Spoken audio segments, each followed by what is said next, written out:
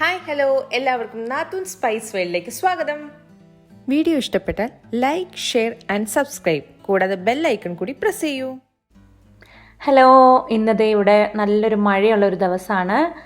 ഞാൻ രാവിലെ ബ്രേക്ക്ഫാസ്റ്റിന് പുട്ടുണ്ടാക്കാമെന്നാണ് വിചാരിക്കുന്നത്. അപ്പോൾ അതിൻ്റെ കൂടെ കഴിക്കാനായിട്ട് നല്ലൊരു ചെറുപയർ കറി ആയാലോ. നല്ല ടേസ്റ്റുള്ളൊരു ചെറുപയർ കറിയാണ്. നമ്മൾ സാധാരണ ഉണ്ടാക്കുന്നതിനൊക്കെ കുറച്ച് വ്യത്യാസമായിട്ടുള്ള ഒരു കറിയാണ്. എല്ലാവരും ട്രൈ ചെയ്ത് നോക്കണം കേട്ടോ. നമുക്കതിൻ്റെ സാധനങ്ങൾ എന്തൊക്കെയാണെന്ന് നോക്കാം. ആദ്യമായിട്ട് 1/2 കപ്പ് ചെറുപയറാണ് ഞാനിവിടെ എടുത്തേക്കുന്നത്. ഞാനത് രാത്രി മൊത്തം കുതിരാൻ വെച്ചിട്ടുണ്ടായിരുന്നു. അപ്പോൾ നിങ്ങൾക്കിപ്പോൾ കുതിരാനായിട്ട് വെക്കാൻ മറന്നു പോയെങ്കിലും ഒരു കുഴപ്പമില്ല. നിങ്ങളൊരു അരമണിക്കൂർ ചൂടുവെള്ളത്തിലിട്ട് വെച്ചായിരുന്നാൽ മതി. പിന്നെ ഞാൻ 1/2 കപ്പ് തേങ്ങ, അതിലേക്ക് ഞാൻ 2 നുള്ളു ജീരകം ഇട്ട് വെച്ചിട്ടുണ്ട്. പിന്നെ 2 കുഞ്ഞുള്ളി, 1 കഷ്ണം ഇഞ്ചി, 2 പച്ചമുളക്, കറിവേപ്പില, അതുപോലെ തന്നെ വറ്റൽമുളക്. ഞാനിവിടെ വെക്കാൻ മറന്നുപോയ സാധനങ്ങളെന്ന് പറഞ്ഞാൽ കടുക്, എണ്ണ, ഉപ്പ്, പിന്നെ കുറച്ച് മഞ്ഞൾപ്പൊടിയും കുറച്ച് മുളക് പൊടിയും വേണം. അത് ഞാൻ ഇടുമ്പോൾ കാണിച്ചു തരാം കേട്ടോ. പിന്നെ നിങ്ങൾക്ക് ഇതിൻ്റെ എരിവൊക്കെ അവനവൻ്റെ ഇഷ്ടത്തിനനുസരിച്ച് മാറ്റാം. കാരണം എൻ്റെ മോൻ ഇവിടെ അധികം എരിവ് കഴിക്കില്ല. അതുകൊണ്ടാണ് ഞാൻ 2 പച്ചമുളക് മാത്രം ഇട്ടേക്കുന്നത്. നിങ്ങൾക്ക് അതിൻ്റെ അളവൊക്കെ കൂട്ടുകയും കുറക്കുകയൊക്കെ ചെയ്യാം. അപ്പം ഞാൻ ദേ ഇവിടെ പയർ കുതിരാൻ വെച്ചിട്ടുണ്ടായിരുന്നു രാത്രി. നന്നായിട്ട് കുതിർന്ന് വന്നിട്ടുണ്ട്. ഇനിയിപ്പോൾ കുതിരാൻ മറന്നുപോയെങ്കിലും ചൂടുവെള്ളത്തിലിട്ടാൽ ഇതുപോലെ തന്നെ കിട്ടും. അപ്പം നമുക്ക് കുക്കറിലേക്ക് ചെറുപയറിടാം. ചെറുപയർ ഞാൻ കഴുകി വാരി വെച്ചതാണേ. അതിനകത്തേക്ക് ഇതേ ഉപ്പ് ഇട്ട് കൊടുക്കുന്നുണ്ട്. ആവശ്യത്തിന് ഉപ്പ്, 1/4 ടീസ്പൂൺ മഞ്ഞൾപ്പൊടി, അത്രയും മതി. പിന്നെ 1 കപ്പ് വെള്ളം ഒഴിച്ച് അടച്ചു വെച്ച് 2 വിസിൽ വരുന്നവരെ വേവിക്കാം. ഓരോരുത്തരുടെയും ചെറുപയറിന് കുറച്ച് വ്യത്യാസമൊക്കെ ഉണ്ടാവും. അപ്പോൾ അതിനനുസരിച്ച് നിങ്ങൾ വേവിച്ചെടുക്കണം. തേങ്ങയും ജീരകവും മിക്സിയുടെ ചെറിയ ജാറിലിട്ട് നല്ല മഷി പോലെ അരച്ച് വെച്ചിട്ടുണ്ട്. ഇപ്പോൾ കുക്കറിൻ്റെ വിസിലൊക്കെ പോയി 2 വിസിലൊക്കെ ഏൽപ്പിച്ചത്. ഇപ്പോൾ ഈ ചെറുപയർ നന്നായിട്ട് വെന്ത് വന്നിട്ടുണ്ട്. നമുക്കതൊരു വിസ്താരമുള്ള പാത്രത്തിലേക്ക് മാറ്റാം. അതായിരിക്കും നിങ്ങൾക്ക് കാണാൻ കുറച്ചുകൂടെ എളുപ്പം. അതുകൊണ്ടാണ് ഞാൻ ഈ പാത്രത്തിലേക്ക് മാറ്റിയത്.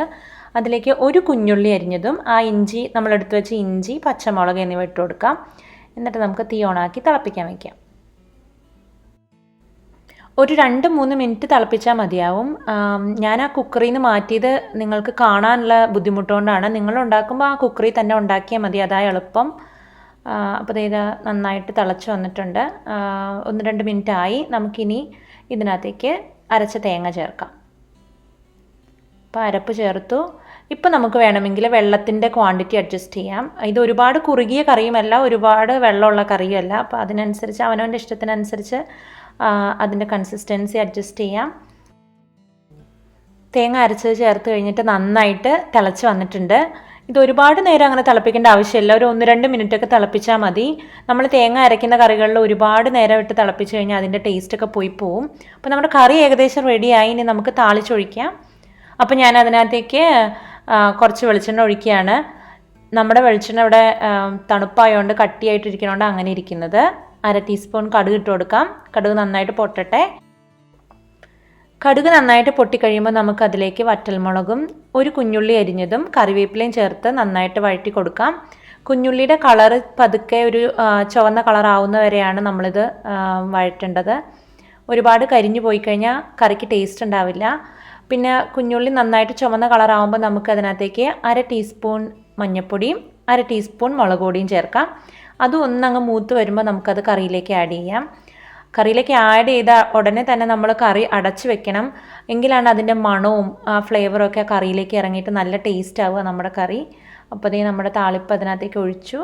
ഇനി നമുക്ക് 5 മിനിറ്റ് അടപ്പ് വെച്ച് മൂടാം. 5 മിനിറ്റ് കഴിയുമ്പോൾ അടപ്പ് തുറന്ന് നന്നായിട്ട് ഇളക്കി കൊടുക്കാം. അപ്പോൾ നമ്മുടെ കറി റെഡിയായി.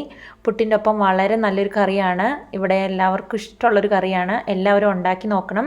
നമ്മളെപ്പോഴും കടലക്കറിയൊക്കെയല്ലേ ഉണ്ടാക്കുക. ഇതൊരു വെറൈറ്റി ആയിട്ട് ഒന്ന് ഉണ്ടാക്കി നോക്കൂ. നല്ല ടേസ്റ്റ് ആയിരിക്കും കേട്ടോ.